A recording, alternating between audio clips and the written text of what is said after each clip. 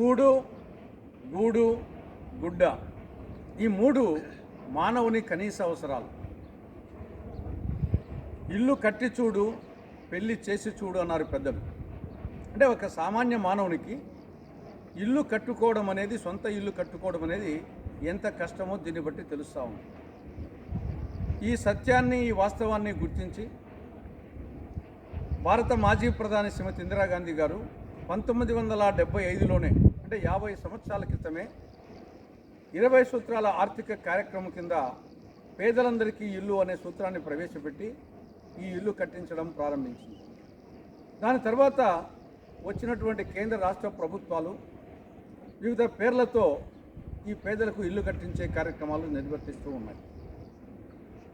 ఉమ్మడి ఆంధ్రప్రదేశ్లో కాంగ్రెస్ పార్టీ అధికారంలో ఉన్నప్పుడు 60 లక్షల ఇల్లు పేదలకు నిర్మించి ఇవ్వడం జరిగింది. అది కూడా 3 సెంట్ల నుండి 5 సెంట్ల వరకు ఆ యొక్క యూనిట్ విస్తీర్ణం ఇచ్చి కట్టించడం జరిగింది. దాని తర్వాత వచ్చినటువంటి తెలుగుదేశం, వైకాపా ప్రభుత్వాలు పేదలకు ఇళ్ల నిర్మాణ కార్యక్రమాన్ని నిర్లక్ష్యం చేయడం జరిగింది. ప్రత్యేకించి జగన్ ముఖ్యమంత్రిగా ఉన్నప్పుడు వన్ టైం సెటిల్మెంట్ పేరుతో శాశ్వత గృహ హక్కు పథకం అని పేరు పెట్టి అంతకుముందు కట్టిన ఇళ్ల నుండి, పేదల నుండి 5,000 కోట్ల రూపాయలు వాళ్ళ నుండి తీసుకోవడం జరిగింది. 5 సంవత్సరాలలో 25 లక్షలు నిర్మిస్తామని చెప్పేసి మేనిఫెస్టోలో పేర్కొని ఆఖరికి 1,00,000 ఇళ్ళు కూడా నిర్మించలేదు. ప్రస్తుతం మనం పులివెందుల అసెంబ్లీ నియోజకవర్గం వేంపల్లె మేజర్ గ్రామ పంచాయతీ పరిధిలో ఉన్నటువంటి జగనన్న ఇళ్ల కాలనీ వద్ద ఉన్నాం. ఇక్కడ 620 ఇళ్ళు మంజూరు చేయడం జరిగింది. ఇందులో 1/3 భాగం కూడా పూర్తి కాలేదు. ఇప్పటికీ కేవలం 3 ఇళ్లలో మాత్రమే సంసారం చేస్తున్నారు, మిగతా వాళ్ళంగా చేరలేదు. కొన్ని స్టార్ట్ కాలేదు, కొన్ని బేస్మెంట్ లెవెల్లో, కొన్ని లింటిల్ లెవెల్లో, కొన్ని రూఫ్ లెవెల్లో, కొన్ని రూఫ్ కాస్ట్ లెవెల్లో ఉండిపోయినాయి. కంప్లీట్ అయిపోయి అన్ని విధాలుగా చేరిన కుటుంబాలు 3 కుటుంబాలు. ఇది పరిస్థితి. ఈ లోపల గవర్నమెంట్ మారింది. తెలుగుదేశం పార్టీ అధికారంలోకి వచ్చిన తర్వాత ఈరోజుకు కరెక్ట్గా 3 నెలలు అయింది.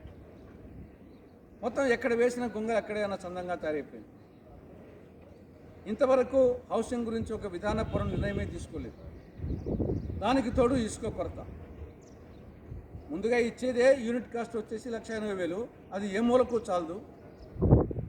దానికి చాలామంది వచ్చేసి ₹2 వడ్డీకి, ₹3 వడ్డీకి అప్పు తెచ్చుకొని వాళ్ళు ఇచ్చే, గవర్నమెంట్ ఇచ్చే 1,80,000కు ఇంకా 3 లక్షలు 4 లక్షలు వేసుకొని ఆ అప్పుకు వడ్డీ చెల్లించలేక అవస్థపడుతున్నారు.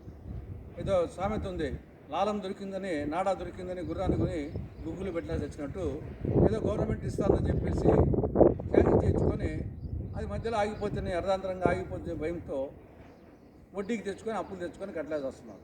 కాబట్టి ఇప్పటికైనా చంద్రబాబు ప్రభుత్వం తక్షణం హౌసింగ్ విధానం మీద ఒక నిర్ణయం తీసుకొని ఆల్రెడీ వివిధ నిర్మాణ దశల్లో ఉన్నటువంటి ఇల్లు, ఇదేదో జగన్ ప్రభుత్వంలో మంజూరైనాయి మేమెందుకు ఇవ్వాలా అని అనుకోకుండా వాటిని అన్ని విధాలుగా పూర్తి చేయాలని, అదేవిధంగా ఇంకా ఇల్లు మంజూరు కాక అనేక మంది అర్హులు ఉన్నారు, వాళ్ళకు కూడా ఇల్లు మంజూరు చేసి నిర్మించి ఇవ్వాలని కాంగ్రెస్ పార్టీ డిమాండ్ చేస్తూ ఉంది.